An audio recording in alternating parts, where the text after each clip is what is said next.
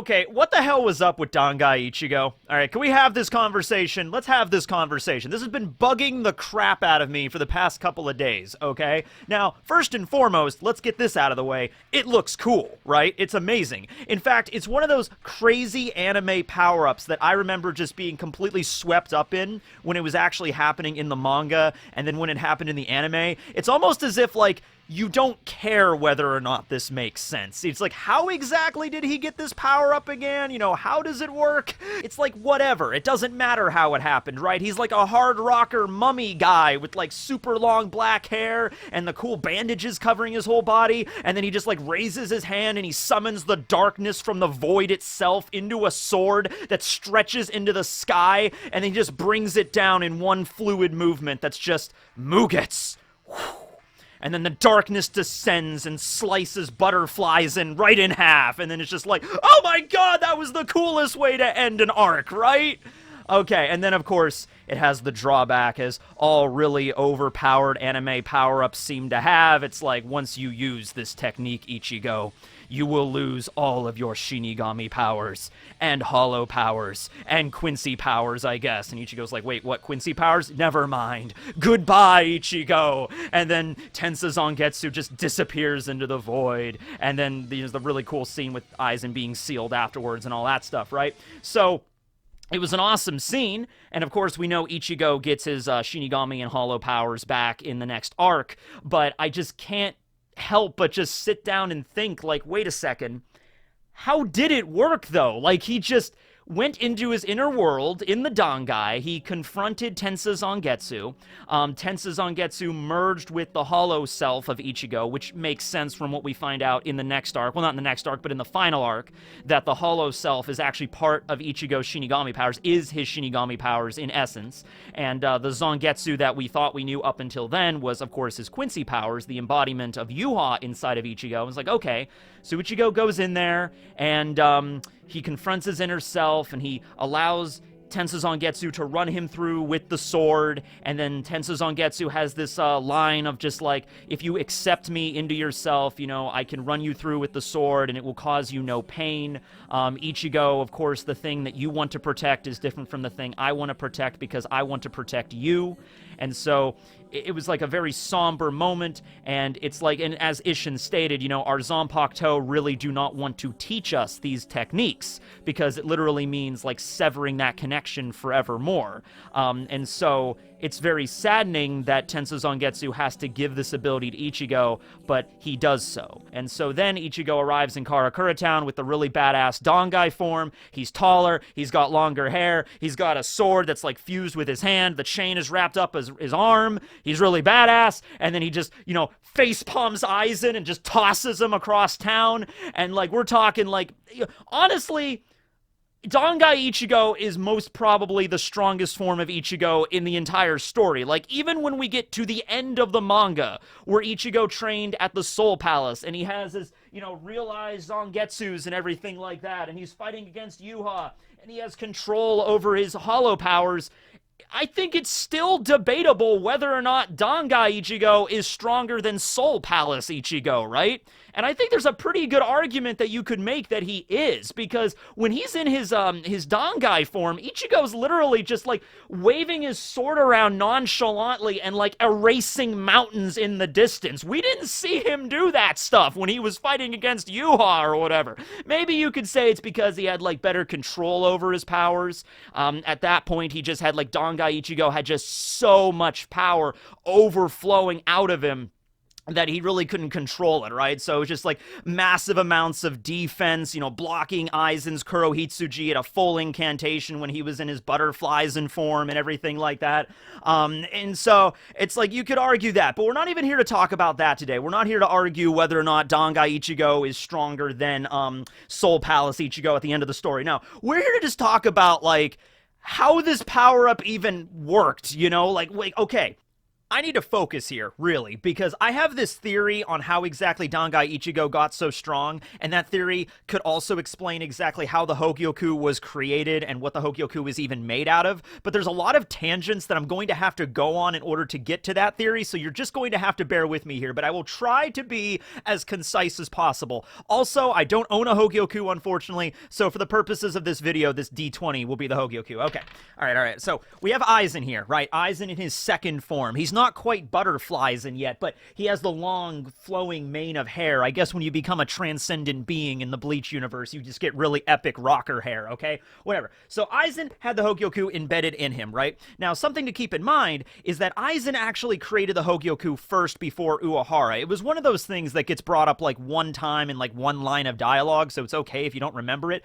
But Aizen had the Hogyoku before Uehara did, and the reason he wanted to get Uehara's Hogyoku was because in order to evolve, it needed to be fearful of some other entity like itself, okay? So actually, when Uehara took the Hogyoku out of Rukia, he combined it with his own, and that's the Hogyoku that's embedded in Aizen right here that allowed him to evolve all those different times, okay? And so I started to think, I'm like, okay, you had the Hogyoku, which was, the reason why Aizen was evolving, so how could Ichigo evolve not just to Aizen's level, but far and above beyond Aizen's level? Like, Ichigo was curb stomping Aizen in that fight. Like, it wasn't even close. Like, look at the expression on Aizen's face here. That entire fight was just him trying to rack his brain, going full power, trying to work every gear, every mechanism in his head, trying to figure out how the hell Ichigo Kurosaki got stronger than him, okay? Remember after Ichigo palms him across town, he's like, oh, I understand. You must have discarded all of your Ryatsu and spiritual energy in exchange for immense physical energy. And Ichigo's like, no. He's like, I'll just crush you with Kido. And Ichigo's like, no. And he's like, well, I'll evolve even more. And he was throwing that fragger shit at him. And he's just like, no. It's just like, so Aizen, this entire fight is just like, I don't understand. And I think that's what Kubo was going for. The idea that when Aizen evolved, and when he did reach this level here, even before this, when he was in his cocoon form, it was stated multiple times that his Ryatsu was like on a fourth or fifth or sixth dimension, where other Shinigami, even really powerful Shinigami like Yoruichi, Isshin, and Uehara, who are stronger than the average captain, I would say, could not sense his Ryatsu, okay? So it's like Aizen is beyond comprehension in that form. So then when Ichigo showed up in his Dangai form, Aizen could not sense his Ryatsu equally, as if like, oh, he's beyond comprehension. And I think that was the whole message Kubo was going for here. It's not bad writing, it's just like something that you could not witness. Like, I'm sure there's something out there in the space and cosmos that if we ever discover as human beings, we might not be able to comprehend it. Like, our brains just wouldn't be able to process fast enough to see what we're seeing, to understand what we're seeing, like some Cthulhu thing or something. All right, so anyway, starting to go off on tangents, but let me just bear with me here, okay? Point is that if Aizen was able to get this strong because of the Hogyoku, how come Ichigo was able to get even stronger than him? All right, because Ichigo did not have a Hogyoku, right? Okay, so that got me thinking, what the hell is the Hogyoku even made out of? Because we never find that out in the story. The earliest we get is when Aizen had his Hogyoku. He arrived at that conclusion before Uehara, and he was using, he was basically using the souls in the Rukon district in order to absorb and feed into his Hogyoku. And in fact, that's what happened to Rangiku, okay? That's the whole past involving Rangiku and Gin, is that Aizen's minions managed to steal Ryatsu from Rangiku and like feed it into the Hogyoku, and that's what started Gin's whole mission for 100+ years, to get Aizen in a place where he could use Kamishini no Yari to kill him, steal the Hogyoku, and give Rangiku's Ryatsu back to her, the thing that was stolen from her, okay? A little bit more complicated than that, but I'm trying to keep this as simple and concise as possible, okay? Well, anyway, in that scene when Gin killed Aizen, it was revealed that, yes, the Hogyoku has its own level of sentience or awareness. Like, just simply ripping it out of Aizen and even killing him in the process, because he had a giant, like, hole. Like, he was literally cut in half with that attack. It wasn't good enough. The Hogyoku willed him to still live on, and it was tied to him, and it went right back to him, and then, Aizen cuts down Gin and whatever, okay? So, this got me thinking about Yuha's whole plan. And I know we're skipping to the very end of Bleach here, but seriously, just bear with me. This will make sense, at least I hope. Yuha's whole plan, and it was kind of hard for me to understand it when I was reading Bleach weekly, when I was doing the reviews, but going back and rereading it, I think it does make a little bit more sense, okay? What Yuha was attempting to do was not destroy all of the realms and make something new. He was attempting to go back to the way existence was before the Soul Society and the human world and the Hueco Mundo and all these different realms existed, okay? Because what we find out is because of the Reo, because of what the Soul King did, basically his existence created those realms. Essentially the cycle of samsara in Buddhism, where we have like a living world, a human realm, a Deva realm, the hungry ghost realm, which is Hueco Mundo, the Naraka or the Hell realm and stuff like that, right? That's all because of the Soul King. And the Soul King was mentioned to be the linchpin or the keystone multiple times. And if you popped him out of existence, then all of that would just crumble away. But it wouldn't exactly crumble into nothing. The way that Yuha spoke about it is he wants to go back to the way that the world was before the Soul King, when life and death were all fused and twisted into one thing. And this is something else that is very, very esoteric, very metaphysical. Like, what exactly would existence like that be? Would existence even be the correct word to explain it? A state of reality where life and death and everything that we've known of in the Bleach universe is all twisted and crushed and melded together. And would it just be like a big miasmic void like the Garganta, or would it be a completely new state of transcendent being? Is that the kind of thing that Yuha was vying for? He also called the Reo his father, so could have Yuha have been like born from the Reo as like an equal opposite yin-yang reaction sort of thing? Like the Reo gave up his own consciousness and awareness in order to basically be frozen in a crystal to maintain the balance and trafficking of souls between the realms. And because of that, and that's his sole objective, Yuha was born, and his sole objective was to return the world, to revert it back to the way that it was. Okay? So that was Yuha's goal. There was a state of existence, if that's the correct word, before the Soul Society, the living world, Hueco Mundo, all those realms existed. And even before, therefore, going along with that, you would assume in that realm there was no such a thing as humans, Shinigami, Quincy's, Hollows. They were all one thing, right? So I'm like, and also another thing with the Hogyoku is that when Tessai first saw this thing, when Uehara pulled out the Hogyoku and Tessai looked at it for the first time, he was dumbfounded. This is a man that was an expert, like the greatest Kido master ever. And he was probably, used to looking over the dark tomes and knowledge of the Seirete. He looks at the Hogyoku, and he breaks out in a cold sweat. Like, he's terrified of this thing. He was like, I think the way he phrased it was like, this thing kind of stifles my very existence. Like, he looks at the Hogyoku, and he's like, Uehara, what did you make? What is this thing? Like, this thing should not exist in this reality. What is it? It's not Ryatsu. It's like, there's a presence. It's like it has its own sentience, its own autonomy that's like pushing against my own, So I don't know how the hell Uehara and Aizen would have gone about making them, but considering they are geniuses amongst geniuses, I could see them doing this. I just don't know the mechanism of how. What if the Hogyoku is made out of like whatever matter was, if matter is the right term to use, before the Soul King, before the Reo balanced everything together and made the realms all nice and neat and tidy,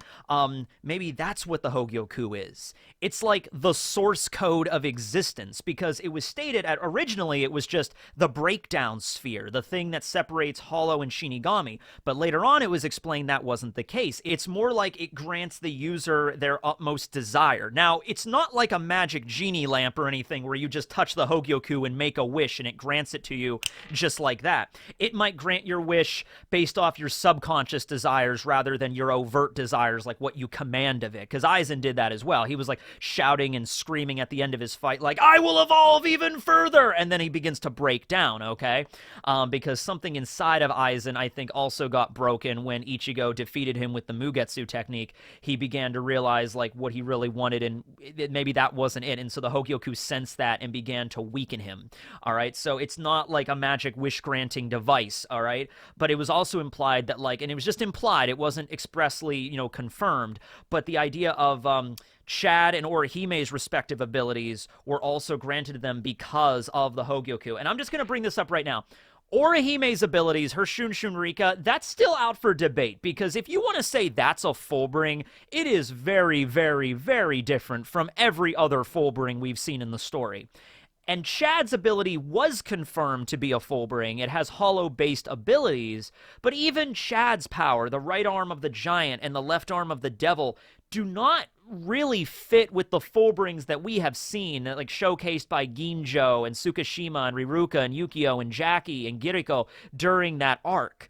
The explanation that Ginjo gave was you become a Fullbringer when your pregnant mother is attacked by a hollow, and that kind of like leaves that lingering hollow Ryatsu in the baby when they're born. But also remember, Ginjo gave that explanation when he was under the influence of Tsukishima and they were doing their massive 12-step plan in order to get Ichigo's powers back so they could steal them. So I don't know, take that with a grain of salt itself. Like, Ginjo, that might not have even been the proper way to explain Fullbring, but like, looks like Chad and Orihime's abilities, there's aspects of them that resemble a Fullbring, but I don't think either of them really fit in that category.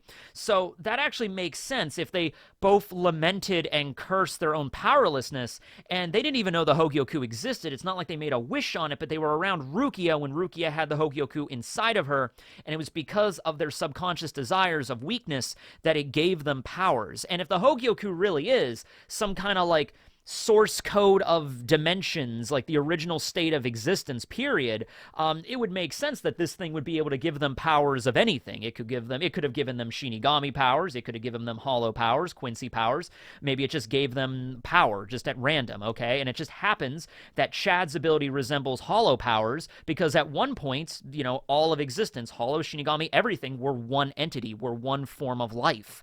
But life isn't the correct word because Yuhas spoke about it as a realm where life and death did not exist. So that's what I mean. Very esoteric, very hard to understand. Although I'm very happy that I get to use the word esoteric because that's a fun word and you don't get to use that very often in a YouTube video. If you don't know what it means, Google it. It makes sense I'm using it correctly. I can guarantee you that.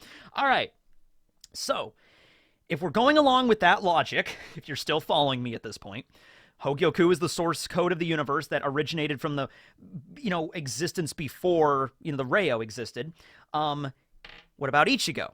All right. Well, Ichigo, you got to look at the power set that make up, Ichigo Kurosaki. He is a human with a soul, but he also is a Shinigami because his father, Isshin, is a Shinigami. But also, he's a hollow because of the experimentation that Aizen did with the hollow whites that contaminated, Masaki, and so therefore he got hollow powers as well. And also, Masaki was a Quincy. So Ichigo is human, Shinigami, hollow, and a Quincy. He has all those different powers existing inside of him, even to the point of contradiction, because the idea is we find out in the final arc that Quincy and hollow powers do not mix at all, but inside of Ichigo they do. And I don't mean contradiction like Kubo forgot about it or anything. I mean like Ichigo is the lone exception. He alone is able to balance this power in a way that no other being is able to. All right. So if the beginning form of existence was all these beings together in one form,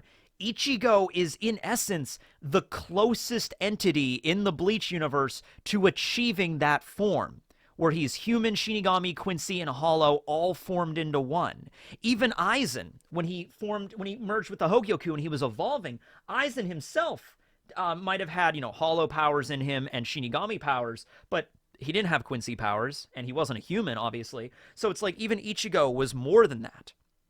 All right. So if you go along with that logic, maybe like the idea is Ichigo is a Hogyoku unto himself.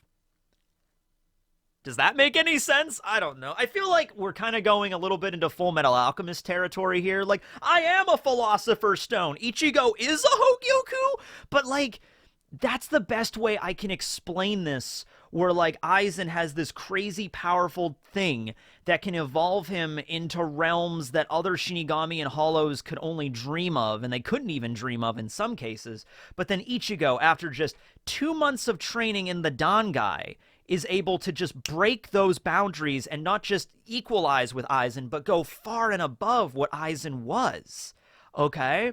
It's just like there is something going on here that has to involve the Hogyoku or Ichigo evolving. And that was something else. Like Aizen I mean, Aizen was not sure on how Ichigo got that strong. He did not know. But what he did know is he felt like it was a mechanism that was very similar to his own, where he mentioned his evolution comparing to Ichigo's evolution, and he standing in an even higher dimension than he was. Aizen kind of had a general idea of, like, whatever the hell Ichigo did to get this damn strong, it was something stronger than what I did. And I have the Hogyoku. So how does that make sense? And he never really did crack that code on how that worked, right? So I'm going to go ahead with that piece of logic, that the Hogyoku might very well resemble existence before the Reo. And because all of life was merged together into one thing, Ichigo is the closest thing to that thing that existed, all right? Also, you can throw out the comparisons there, like the Reo, like, liked Ichigo for that reason or something, or like Ichigo is the source of, like, you know, preventing the world from going back that way. The whole yin-yang thing between Yuha and Ichigo, but not Yuha and Ichigo, but Yuha and the Reo, and how that worked, the different realms that exist, you know, what Yuha was attempting to do to begin with, and then the very strange nature of the Hogyoku itself. Like, it's funny, I have yet to make a video on just the Hogyoku and what it is, so I guess consider this video that as well. But that's my theory. That's what I got for you. Let me know if it makes sense, or let me know what you think about it, like how Ichigo just got that damn strong that quickly. Here's a question for you. Now that Ichigo has his powers back, and, you know, during the final arc, and even now with the Hell arc and everything, could Ichigo go back into his final Getsuga form if he wanted to? I mean, maybe he could, I'm not sure. Or he just chooses not to because he's like, just keep it the way it is right now, right? Exactly. Oh, and then not to even bring up the question of Kazui, Ichigo and Orihime's son. Like, okay, so if Ichigo had all this stuff inside of him, like, you know, Quincy, Hollow, Human, and Shinigami, Kazui has all that as well, plus whatever the basis for Orihime's abilities are, which Orihime's powers might be Fullbring, or they might have been granted by a Hogyoku, they might be something completely different altogether. So the fact that we saw Kazui, like, opening gates to hell and shit in the last arc, like, why not? Maybe, oh, wow, I didn't even think of this. What if it's like, what happens if there's a being in Bleach that achieves fragments of power from every single realm? So Hollow from Hueco Mundo, Human from the living world, Shinigami from the Soul Society, Quincy, okay, so the Quincy's lived in that shadow dimension that was, like, mirroring the Soul Society, but it might have been the Asura realm from Buddhist teachings, from the cycle of Samsara, where there's 6 realms, okay? So that would essentially, if we consider that separate shadow realm its own little dimension, then we got 5, right? We got Hueco Mundo, the Hungry Ghost realm, Asura realm is the shadow realm of the Quincy's, Deva realm is the Soul Society, Human realm is the living world, and then we have, there's 2 I'm forgetting, right? The animal realm, the beast realm where Komamura is from. Okay, so Ichigo didn't have any of that, which maybe Yoruichi has connections to that. And then we have the Naraka realm. I know Komamura has it as well. And then, then the Naraka realm, which is the hell realm. So what happens if you get somebody that has powers from all of those realms all at once? Would they be able to, like, transcend reality or something like that? That's a question. Anyway, very metaphysical, very difficult to grasp, but I think that's what Kubo was going for. Anyway, hope you guys enjoyed this video. Happy Boxing Day. Signing out, everyone.